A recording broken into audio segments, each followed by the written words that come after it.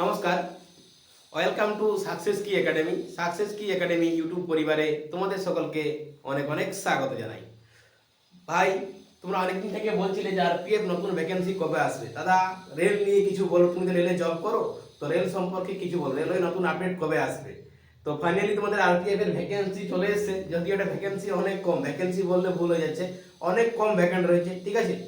তো আজকে এটা নিয়ে আমরা ডিসকাশন করবো, এই টপিক নিয়ে কি যোগ্যতা লাগবে, কি ব্যাপার আছে না আছে, সিলেবাস কি আছে, কিভাবে ক্র্যাক করবে না নিয়ে এইসব নিয়ে আলোচনা করবো। কারণ আমি নিজে আরপিএফ এসআই, আরপিএফ কনস্টেবল এবং এনসিএল তিনটেই পাস করেছিলাম, মানে কোয়ালিফাই করেছিলাম, কিন্তু ফিজিক্যালি আমার লং জাম্প প্রবলেম হয়ে গেছিলো, যার জন্য আমি তো আজকে আরপিএফ এ নেই। যাই হোক, বর্তমানে ভারতীয় রেলেই রয়েছি, কোনো চাপ নেই।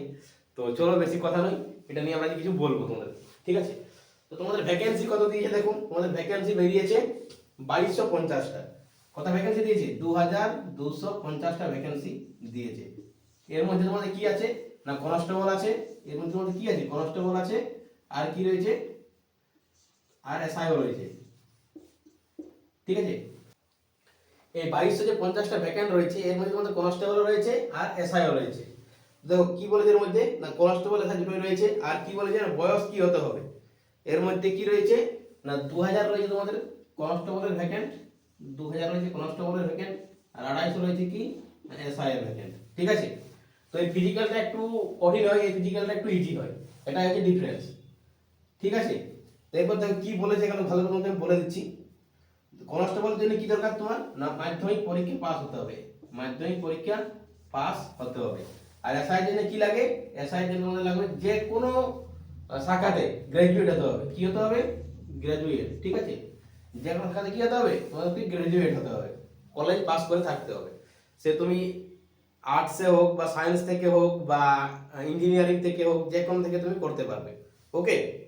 তো দেখো তোমাদের কি রয়েছে না, বয়স কি বলছে, বয়স হতে হবে কত? 18 থেকে 25, 18 থেকে 25, দুটোর ক্ষেত্রে সেম রয়েছে এইটা। এজ ক্রাইটেরিয়া হচ্ছে কি না, এজ ক্রাইটেরিয়া হচ্ছে 18 থেকে 25 হতে হবে, এরও ক্ষেত্রে সেম রয়েছে। আর যেরকম রিজার্ভেশন থাকে 3 বছর 5 বছর, সেরকম সেম রিজার্ভেশন থাকবে তোমাদের জন্য, ওকে, ঠিক আছে। এবার কি বলেছে দেখো না, হাইট কত রয়েছে। হাইট হচ্ছে তোমাদের 165। যারা ভাই বিশেষ করে ওয়েস্ট বেঙ্গল পুলিশের পরীক্ষা দিতে পারো না, তাদের জন্য সুবর্ণ সুযোগ রয়েছে। জি জান লাগিয়ে মাঠকে প্র্যাকটিস করো, আর জি জান লাগিয়ে পড়াশোনার জন্য তৈরি হয়ে যাও, ঠিক আছে। পড়াশোনার জন্য তোমাদের প্রবলেম নেই, তোমাদের তো আমি অলরেডি ক্লাস করিয়ে দেবো, কোনো চিন্তা নেই। পড়াশোনা নিয়ে তুমি আমার সঙ্গে যুক্ত থাকো, তোমার কোনো চিন্তা নেই। আমি নিজে আরপিএফ পাস করেছি, বলতে পারবো তোমাদেরকে, যে মানে দেখিয়ে দিতে পারবো এই এই পয়েন্টগুলো পড়লে তোমরা পাস করে যাবে ভাই। এইভাবে প্র্যাকটিস করো, পাস করতে পারবে, এইটুকু স্টিক আমি বলতে পারবো, ওকে। তো কি রয়েছে দেখো, ছেলেদের ক্ষেত্রে রয়েছে হাইট, একটা হচ্ছে তোমার মেল আর একটা হচ্ছে ফিমেল, ঠিক আছে। তো মেয়ের জন্য ফিমেল হাইট লাগবে কত না, 165 সেন্টিমিটার, 165 সেন্টিমিটার হলে তোমাদের হাইটে হয়ে যাবে। আর একটা কি লাগবে, মেয়েদের লাগবে 157 সেন্টিমিটার, 157 সেন্টিমিটার করে তোমাদের হাইট লাগবে, ঠিক আছে। এবার দেখো চেস্ট তোমাদের লিখে দিয়েছে 80 লাগবে এখানে ছেলেদের ক্ষেত্রে, আর 5 সেন্টিমিটার এক্সপ্লেন করতে হবে, ফোলাতে হবে। কিন্তু 80 মানে এরকম কোনো পারফেক্ট কিছু নেই যে 80ই চাই বলে, মানে যদি কমও থাকে আর যদি তোমার এই হাইটটা ম্যাচ করে যায় না, বাস হাইট সেটটা তোমাকে মানে চেঞ্জ পার করে দেয়, কিন্তু তোমাকে 5 সেন্টিমিটার এক্সপ্লেন করতেই হবে। আর কিভাবে এক্সপ্লেন করতে হয়, কিভাবে তোমার চেস্টকে এক্সপ্লেন করতে হয়, সেই রিলেটেড তোমাকে ভিডিও বানিয়ে দেবো, চিন্তা নেই, ঠিক আছে। তোমাদের কাজ হচ্ছে এখন, মানে যারা ডাব্লিউবি পাওনি হাইটের জন্য, মানে একটু হাইটের জন্য যারা ডাব্লিউবি পাওনি, তাদের জন্য সুবর্ণ সুযোগ, সুবর্ণ ভাই, ঠিক আছে। এই সুযোগ কিন্তু মিস করবে না। তোমাদের এই ক্ষেত্রে সিলেবাস কি থাকে দেখো, এই হচ্ছে তোমাদের ব্যাপার। আর মেডিকেলে কিন্তু আনফিট হলে চলবে না, মেডিকেলে তোমার পুরো ফিট থাকতে হবে, মানে A2 ক্যাটাগরি মেডিকেল হতে হবে, ঠিক আছে। 6/6 চোখ লাগে, বাকিগুলো সব বলে দেবো, পরে যখন আসবে টাইম তখন শিখে তোমাদের এটা জানিয়ে দেবো, ওকে। এবার সিলেবাস দেখো, তুমি কি করলে পরীক্ষাটা পাস করবে। মোস্ট ইম্পর্টেন্ট হচ্ছে কি, তোমাদের সিলেবাস, সিলেবাসটা কিন্তু মোস্ট ইম্পর্টেন্ট, ঠিক আছে। সিলেবাস রয়েছে কি না, রয়েছে জিকে, জিকে রয়েছে থাকে তোমাদের 50 নম্বর। সিলেবাস কি থাকছে না, জিকে থাকছে 50 নম্বরের, ম্যাথ থাকবে 35 নম্বরের, ঠিক আছে। আর জিআই বা রিজনিং থাকবে 35 নম্বরের। এখানে লিখেছে 5 মার্ক 40 পেলেই হয়ে যাবে, 120 টোটাল কত পরীক্ষা হয়, 120 পরীক্ষা হয়, ঠিক আছে। তোমাদের লিখে 40 পেলেই পাস করবে, কিন্তু কাট অফ মার্কস ভাই অনেক বেশি চলে যায়, ঠিক আছে। মোটামুটি 85 87 এর উপরে কাট অফ চলে যায়, আমি আগেবারে 120-র মধ্যে করেছিলাম, অ্যান্সার করেছিলাম 106টা। 100টা ঠিক হয়েছিল, উত্তর করেছিলাম মনে হয় 114টা। হ্যাঁ 114টা উত্তর করেছিলাম, এসআই এর ক্ষেত্রে বলছি আমি এটা, আরপিএফ এসআই 114টা উত্তর করেছিলাম, আর 106 আমার রাইট এসেছিল, মানে নেগেটিভ মার্কিং দিয়ে। ঠিক আছে, তো এই হচ্ছে তোমাদের কোশ্চেন প্যাটার্ন, প্রত্যেকটা 1 নাম্বার করে থাকবে, আর নেগেটিভ থাকবে 1-4 করে। একটা ভুল করলে 1-4 করে তোমাদের নেগেটিভ যাবে। ঠিক আছে, 1/4 করে তোমাদের নেগেটিভ যাবে। বুঝতে পেরেছো এখানে ব্যাপারটা? দেখো এবার তোমাদের যেটা লাগছে যে কি ফিজিক্যাল, মোস্ট ইম্পর্টেন্ট, যারা আরপিএফ এর চাকরি করবো বলে ভাবছো তাদের জন্য মোস্ট ইম্পর্টেন্ট যে ফিজিক্যালটা। ফিজিক্যালে তোমাদের কি লাগে না, মোস্ট ইম্পর্টেন্ট এটা। ঠিক আছে, ফিজিক্যালে যেটা রয়েছে যাতে মোস্ট ইম্পর্টেন্ট হয়, ভালো করে প্র্যাকটিস না করলে করতে পারবে না। ফিজিক্যালে কি থাকছে না, 1600 মিটারের মাঠ থাকবে, 1600 মিটারের মাঠ থাকবে, কিন্তু টাইমটা ভালো করে শুনে নাও। টাইমটা না শুনলে প্রচুর আফসোস করবে পরে। টাইম রয়েছে তোমার কত, 5:45, 5 মিনিট 45 সেকেন্ড তোমাকে এই 1600 মিটার করতে হবে। ডাব্লিউপিটা কত থাকে, 6.5 মিনিট থাকে, 6.5 মিনিট থাকে, ডাব্লিউপি থাকে 6 মিনিট 30 সেকেন্ড। ঠিক আছে, কিন্তু এই 6 মিনিট 30 সেকেন্ড হচ্ছে কি না, এসআই এর জন্য। তুমি যদি এসআই এ পাস করতে পারো, 250 ভ্যাকেন্সির মধ্যে আসতে পারো, তাহলে তোমার এই 6.5 মিনিট তুমি মাঠ পাবে। ঠিক আছে, এরপর এটাও নয়, এরপর রয়েছে কি না, হাই জাম্প আর লং জাম্প রয়েছে, আরো মোস্ট ইম্পর্টেন্ট। ঠিক আছে, হাই জাম্প আর লং জাম্প, 4 ফুট রয়েছে হাই জাম্প।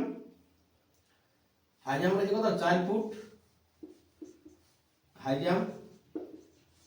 আচ্ছা বাংলাতে না ইংলিশে হবে, 4 ফুট হাই জাম্প, আর 14 ফুট আছে লং জাম্প। 14 ফুট আছে কি লং জাম্প, 14 ফুট আছে কি লং জাম্প। ঠিক আছে, মোস্ট ইম্পর্টেন্ট, হাই জাম্প রয়েছে কত 4 ফুট, আর লং জাম্প রয়েছে 14 ফুট। আমি এটাতে ফেল করেছিলাম দুটোতেই, এসআই এর গুলো ফেল করেছি এখানে, কনস্টেবল এখানেই ফেল করেছি।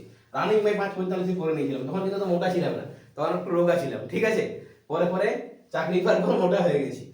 ওকে, তারপর দেখো কি রয়েছে, মাঠ তো এখানে হয়ে গেল। মেয়েদের ক্ষেত্রে বলেছি, মেয়েদের মাঠ কি রয়েছে না, মেয়েদের মাঠ রয়েছে 800 মিটারের মাঠ হবে। কত মিটারের মাঠ হবে, 800 মিটারের মাঠ। ওকে, যেটা রয়েছে ডাব্লিউপি যে মাঠ হয় সেই মাঠেই হবে তোমাদেরকে। আর কি রয়েছে এখানে, সময় রয়েছে 3 মিনিট 40 সেকেন্ড। মোস্ট ইম্পর্টেন্ট হয়, ভালো করে যারা মেয়েরা রয়েছে ভালো করে এখানে দেখে নাও। ঠিক আছে, 3 মিনিট 40 সেকেন্ড তোমাদের সময় দেওয়া হবে, 800 মিটার দৌড়াতে হবে। বুঝে গেছো? হাই জাম্প রয়েছে 3 ফুট, হাই জাম্প রয়েছে কত, হাই জাম্প রয়েছে 3 ফুট, এটা রয়েছে তোমাদের হাই জাম্প। ঠিক আছে, আর লং জাম্প রয়েছে কত, লং জাম্প রয়েছে তোমাদেরকে 9 ফুট, 9 ফুট রয়েছে তোমাদের লং জাম্প। বুঝতে পেরে গেছো? হাই জাম্প লং জাম্প কত থাকবে, এটা হচ্ছে মেয়েদের জন্য, এটা হচ্ছে ছেলেদের জন্য। এসআই এর ক্ষেত্রে কি হবে না, টাইমটা বেড়ে যাবে আর এই লং জাম্পটা কমে যাবে। ঠিক আছে, লং জাম্পটা কত যাবে, 12 ফুট হয়ে যাবে। এসআই যারা দেবে কি হবে, এটা 12 ফুট লং জাম্প হয়ে যাবে। ঠিক আছে, লংটা হয়ে যাবে 12 ফুট, আর 1600 মিটার থাকবে 6.5 মিনিটে। ঠিক আছে, মেয়েদের ক্ষেত্রে সেম চেঞ্জ হয়ে যাবে। মেয়েদের ক্ষেত্রে কত হয়ে যাবে সময়টা, তখন 6 মিনিট 30 সেকেন্ড, 1600 থাকছে এখানে 6.5 মিনিটে। ওকে, আর কি থাকছে 3 ফুট 9 ইঞ্চি। এই হাই জাম্পটা কত হয়ে যাবে, হাই জাম্পটা হয়ে যাবে 3 ফুট 9 ইঞ্চি। ঠিক আছে, 3 ফুট, এটা হবে সিঙ্গেল, এটা হবে ডবল, 3 ফুট 9 ইঞ্চি হয়ে যাবে তোমাদের হাই জাম্প এসআই এর ক্ষেত্রে। বোঝা গেছে? লেডিসের ক্ষেত্রে কি হয়ে যাবে না, 800 মিটার দৌড়। ঠিক আছে, 4 মিনিট থাকবে সময়। যদি এসআই যাও কত থাকবে, সময় লাগবে 4 মিনিট। আবার ইংলিশ হয়ে বাংলা হয়ে যাচ্ছে, 4 মিনিট সময় লাগবে। ঠিক আছে, এই হচ্ছে তোমাদের ব্যাপার।